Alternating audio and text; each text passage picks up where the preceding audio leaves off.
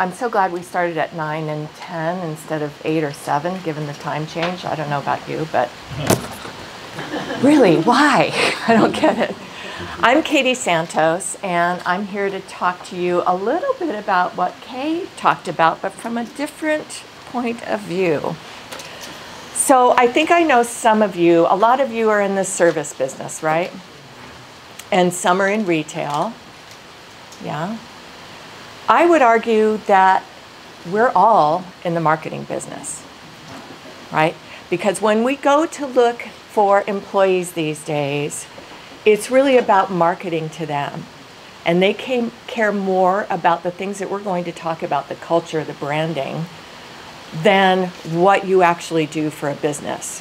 Now, you know, you're not in something that's really a not socially acceptable business. Let's assume that right off the bat. But what we want to do today is talk about creating and communicating a strong employee culture and employee brand so that you can attract people to come to work for you just like you do for your customers, right? And the good news is some of us have already done some of that marketing work, right? So why am I up here talking about this? Well, I've owned and run several different types of teams, from construction teams, 60 people. That was fun as a woman, right? To restaurant teams, to fitness and wellness teams, to teams that run ranches, horse ranches. So what I have found over time is that in order to get a team that really performs for you is you have to first establish who you are as a human, as the owner of that business, and what values do you carry forward that you want your business to reflect. And how do you express them to the people that not only work for you currently, but the people that you're trying to attract. So we're going to talk about building this culture. That's Fonzie. He was my left-hand man until a few months ago. He has 62 puppies, and it's not because I run a puppy mill. He was a breeder for canine companions, so he's legit. So we're going to talk about that culture. He was part of the culture of my fitness business. That was what we welcomed in because we did spinal cord injury rehab. So dogs were welcome in our business. Then we talk about branding, taking that culture and developing an employee brand from that culture, and then how to market it going forward.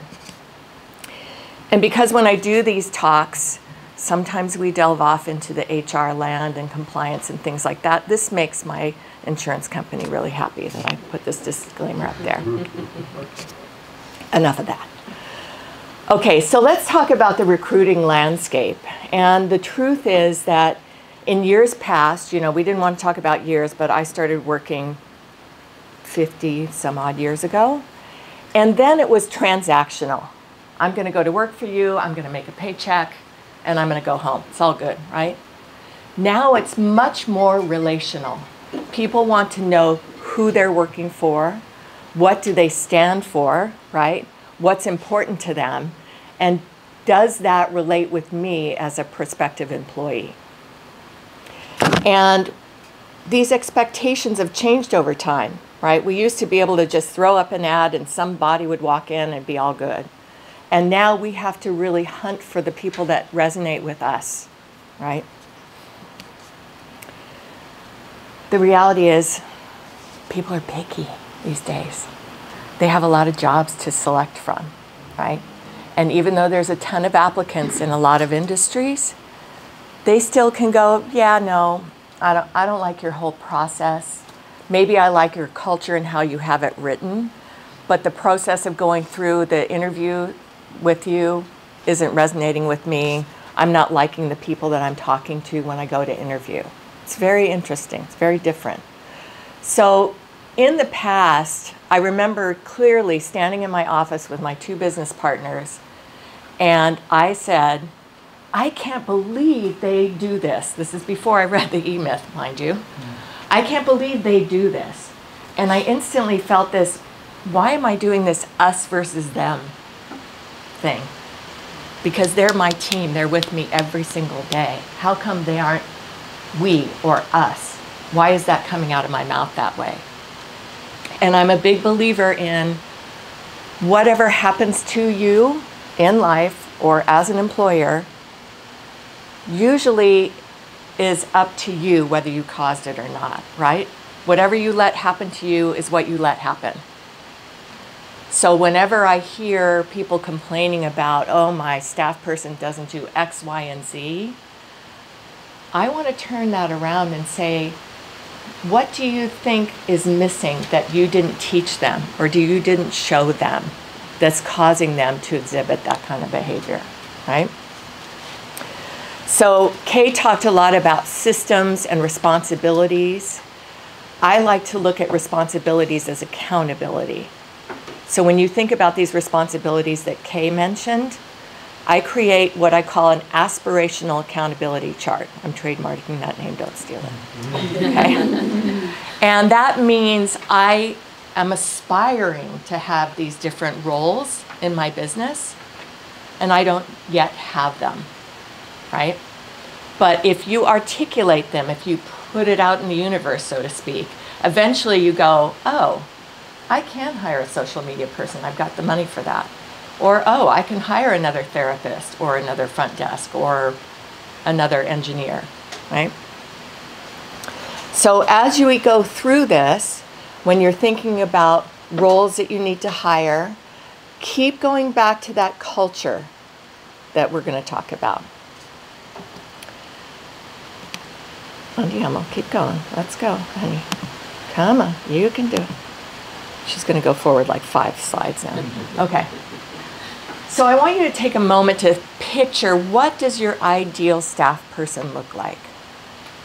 Maybe you need someone right now. Maybe you don't.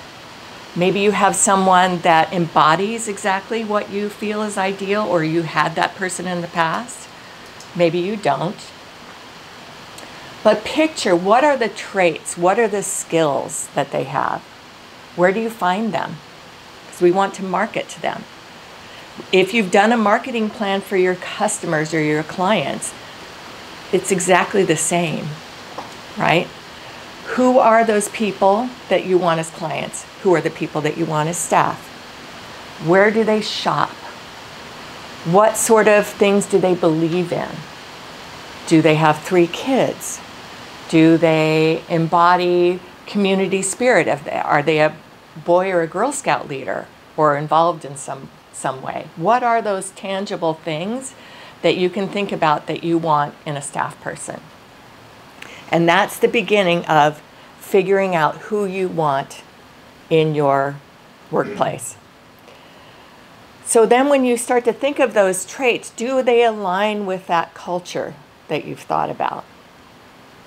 So let's say your culture is something that is, I believe in hiring a diverse workforce that's inclusive, right, where everyone's welcome. So does that person that you're looking at embody that? Or do they have an alternate belief that maybe isn't going to resonate with that culture? So once you picture that ideal employee, what's your culture pitch? We're going to take that ideal employee and put them in the proverbial elevator. Whether you get stuck with them or not, that's up to you, right? Can you pitch to them in less than a minute, right? A sentence or two. What is the culture that brings it home for your business? What's the vision of your team? And please feel free to take pictures, ask questions, whatever. So an example might be, our culture is rooted in collaboration, creativity, a passion for excellence, right? What does that actually look like? Maybe, like I said, you have an environment where people can work together and share ideas and make mistakes. This was true of the last business that I had, everyone was always welcome to come up to us. We owned a fitness center down at the other end of town and say, I have a client who's got X, Y, and Z, and I am out of my depth. They knew they could come to us and say, help me, right? And we would go with them to the client, or we would just coach them with the client. I've done the same in construction. You know, I've been charged with doing this part of the job. I have to do this massive electrical thing. Okay, great. You are, not me, my husband, but you're okay to come to John and say, help me trace this out. I don't know how to do it. And allowing them to go forward and make mistakes, as long as they weren't, life and death mistakes, enabled them to give us a little bit more in their performance. But when they made those mistakes, it was a learning opportunity for us to go, that's something in the system I didn't think about putting in.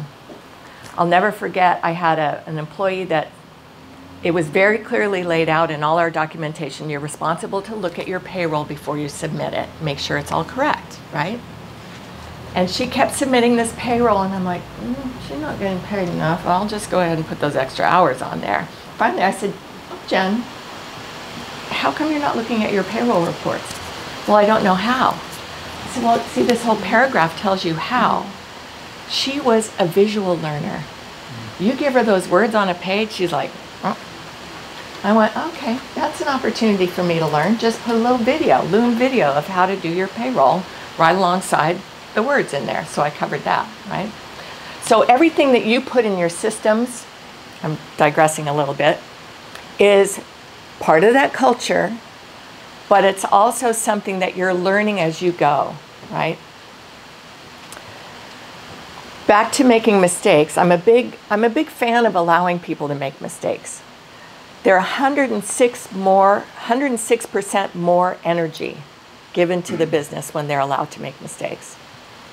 And they're 50% more productive, 75% less stressed in their job. And I'm not making that up. That's Harvard Business Review, right? So culture, right? You've decided what sort of culture you are. Let's assume quickly in 5 minutes that you've decided that. Now we're going to build the employer brand. And it used to be that you would just look at a job in the newspaper or wherever and go, okay, I guess I could do that. Or it might be a stretch, or maybe that's super easy, but I'll get a paycheck out of it. But right now, 82% of people take a look at that brand. And one of the things I see a lot, at least in the wellness business, is an Instagram post. Hey, we're hiring, send me a DM. Or, I'm hiring, this is the culture, this is who we want, we're looking for. This will be something inspiring for you. It tells me a story of who they are.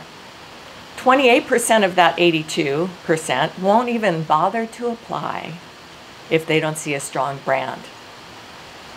Your cost per hire doubles. Everybody understand what that is? That means you're going to be paying a lot more Indeed dollars. Doesn't bother them, but that's expensive. So when you do this branding, you want to make that story of your culture come alive. One of the most successful things that we did in our business was to create a careers page that not only explained the whole story and gave people a really seamless way to apply with us and not have to upload an application, but we had videos of little snippets of people that worked for us currently and how awesome it was to work at Absolute Center. That really worked, and it drove a lot of SEO. So some of the things that you want to think about in your employer brand is your benefit package. Does it cover health, dental, vision? If it does, good for you. I never could afford it, right? Is there vacation time? Are there flexible work hours? Do you give employees access to discounted products, hopefully with other community businesses that are aligned with you, smaller community business where you can support each other, but also major corporations. Maybe you've got, in our business, we could get discounts at Lululemon, and that's not a small neighborhood business by any stretch. But the most important thing for most businesses is to offer career development. So we're going to talk a lot about that. Workshops, seminars, management training, new skills, things like that. So, I'm going to have to go out of this. Nope. I am dying to show this, and I've worked really hard, so we're just going to have to step out and pause for a moment. So this is an example of a great brand.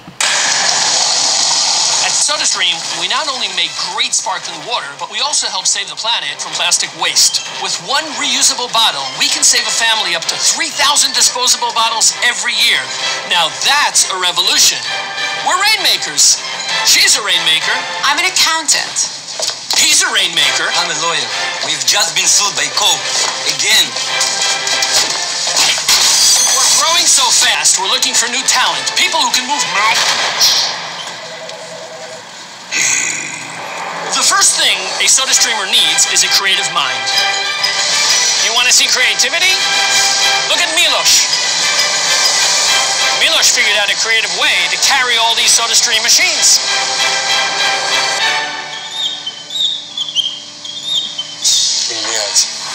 The second thing you need when you work in SodaStream is a sense of urgency. When you work here, you need to be able to move fast and always stay alert.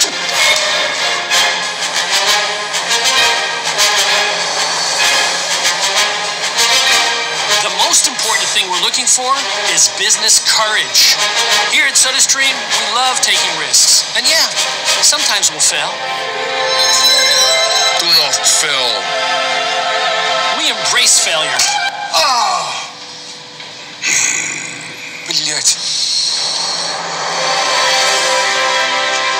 We're a family of 3,000 people from all religions and nationalities working side by side in peace and coexistence. So if you're creative, if you're fast, brave, and optimistic, you belong with us here at SodaStream, the #1 sparkling water brand in the world.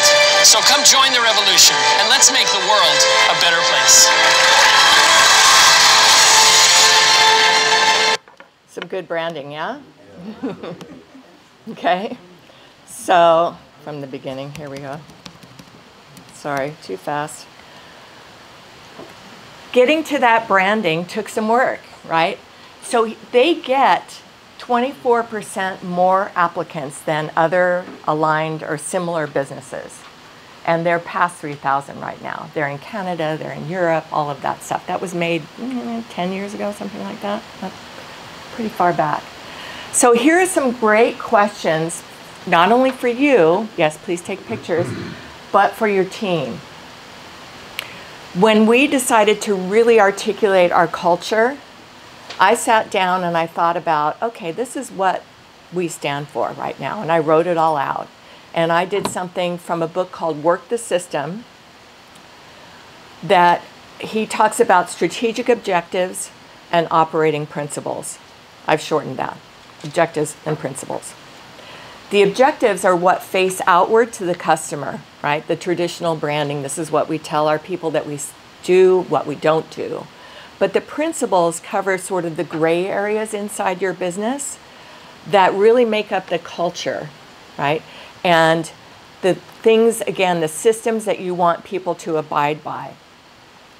So when we talk about these questions here, when I go forward to my staff and I say, let's go ahead and please answer these on your own and let's see if they align with what I've come up with. Well, to my horror, we didn't really align, right? What I had in my mind as an owner was a different experience on the floor with the staff. So it was important for us to come back to the drawing board and realign that culture and realign that branding. So these are great questions to ponder for yourself tomorrow, Saturday. You can do it, right? So then let's talk about how you develop that branding for your potential staff.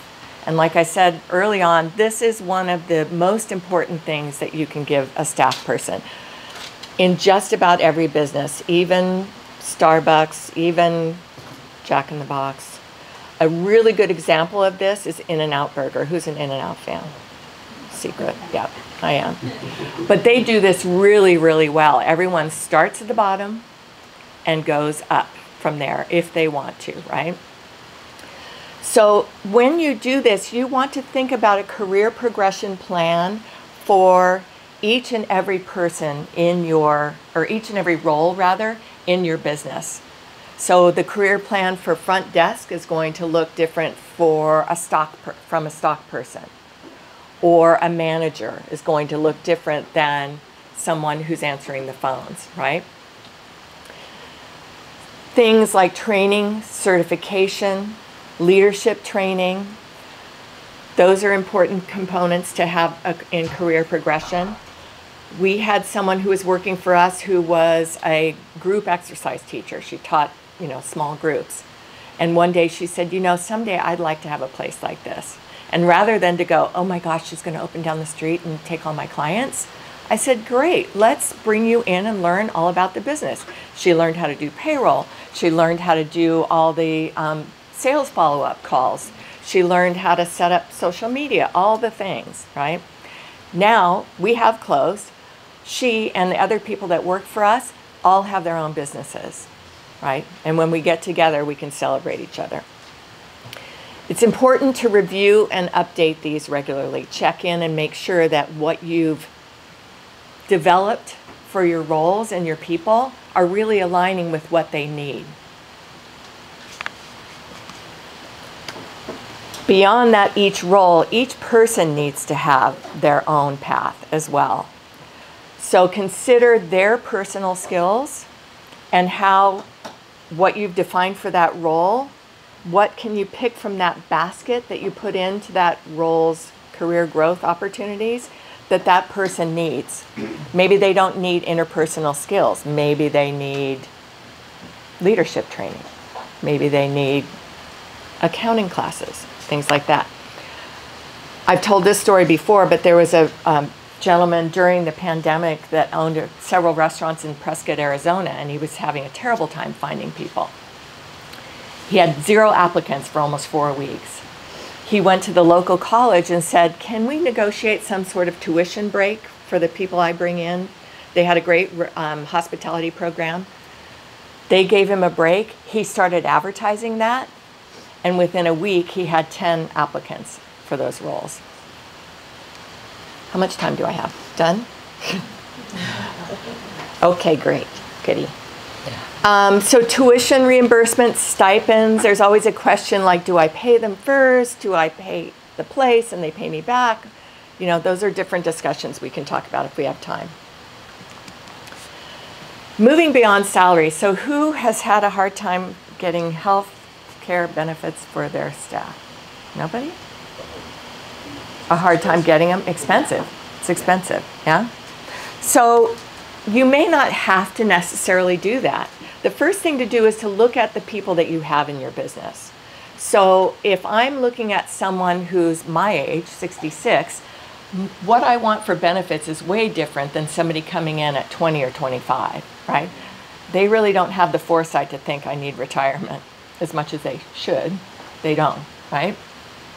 So maybe you want to look at some sort of health benefit that is less expensive for you to offer. Someplace like Nava.io is a great one. Maybe they want a gym membership of some sort. We bought Headspace for all of our staff during the shutdown, and they were so grateful. Level is another aggregator for healthcare. A lifestyle one might be Blueboard, which aggregates experiences like slacklining and things like that. Not anything I'm going to do currently, but do they want car wash or gas stipends? Do they want tech reimbursement? Sometimes you have to do that. Sometimes you just can do that because you're nice. One of the most successful things we had, bringing in a financial person to teach our staff how to open a 401, or not a 401k, but a SEP for themselves or a retirement plan for themselves. Can you pay for volunteer work? This is something that we did. So we'd go into Oakland, we'd pay our staff to do volunteer hours there. And then there's perks, right? These are different than benefits. So some of these things I've mentioned are perks. But if you have a retail business, can you offer a discount?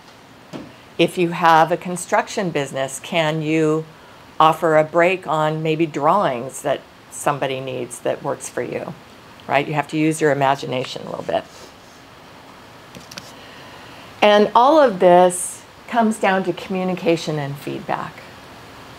So like I said, when I went forward and I said, this is what I think our culture is, and my staff went, I don't know what you're thinking, but some of it, but not all of it, right? So I had to communicate with them. Where am I missing things? And where can I learn from you? Because you're out there and you're seeing customers and clients all the time. What do you see that I don't see? We had a lot of transparency and trust building. And as you do this with potential hires, it looks just like you do with a client. So I'm going to use Kim's business, right? She's in the wellness business. So when she first comes to a client, she talks to them about what they need. She emails them. She builds a relationship with them. And I can't tell you how many times now I've had people that have applied for jobs and they've been ghosted. Not even acknowledged that there's a resume coming the job's way, right?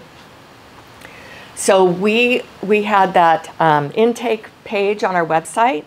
We would follow up right away. Yes, it was an automated email, but at least we reached out, right?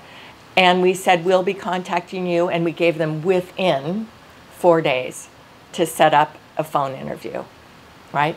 And then when that was done, we communicated the next step. The next interview you come in, you're going to meet with Anna. You'll be here half an hour. Here's where to park. Here's what we typically wear. I didn't spoon feed it, but I certainly gave them an awareness of, I was respecting their time, right? Yes, every once in a while we got ghosted too, but not as much as you might think. One of the things here too is to think about communication through social media and other platforms that way. So make sure you're talking all the time. Even when you turn someone down, I've turned more than one person down and said, listen, it's not a fit right now, but we're looking for these particular skills that you didn't have. If you get them, please come back and let's have a talk again. So market what's important. What is important to you as an employer? Focus on creating a job posting that reflects your story, reflects what you need, and what your expectations are. And here's one of the advantages of marketing your career growth. It attracts more job seekers, increases employee engagement, and reduces recruiting costs. I'm going to skip leverage your tech. Let me hear from you. I don't know that we have time for questions. Do we? Yeah? What's coming to mind? What resonates? Overwhelm? Who's done a little bit of culture work, like thought about what the culture of their, I know you guys have, right? So they own Mighty Markets. You were so succinct. You called it the refilling, no. Refill Apothecary? Refill Apothecary, right? So you can go there and you can refill your laundry soap and all those sorts of things that we typically buy in a plastic container and throw away and do it again, right? So they've thought a lot about their culture. Anyone else? Yes. Yeah, have you? Tell me, do you have a pitch? Can I put you on the spot? I do not have a pitch. Okay. But I think, it's kind of like, we're a consulting engineering business, so you really just sit in front of a computer all day. So we try to do, like, the pitch is a 40-hour work week and back work environment and lots of benefits and vacation. Great. But you help people, right? Your work helps architects, helps builders, right? So you're building a life or a home or a business for someone. Right, even though it's the physical building. So there's a culture in there. And we have culture whether we've purposely defined it or not. Go ahead. So my tagline had always been, look good, feel great, live well. That's my culture. Single tag.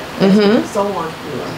But Kay, you got me thinking, because we think as solo entrepreneurs or technicians, such as myself, we don't need employees. Because we are the brand, we are the person when people come in. But you need help. So I'm thinking what you just said, if I could apply that maybe towards a VA.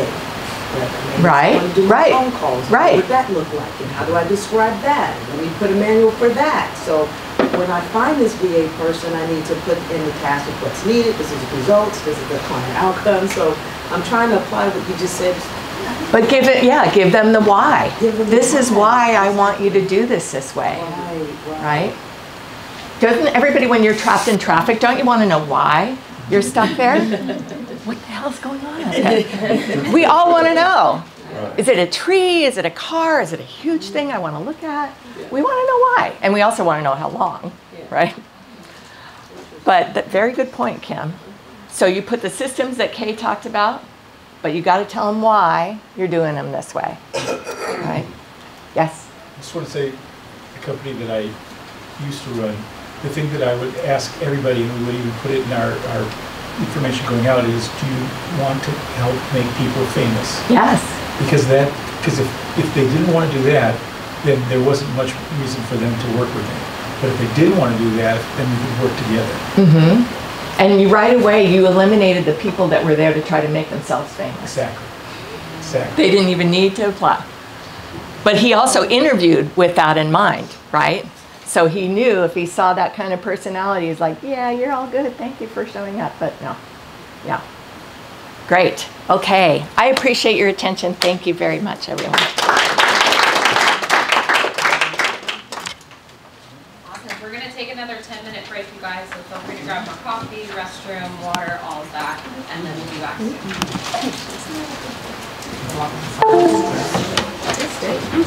soon.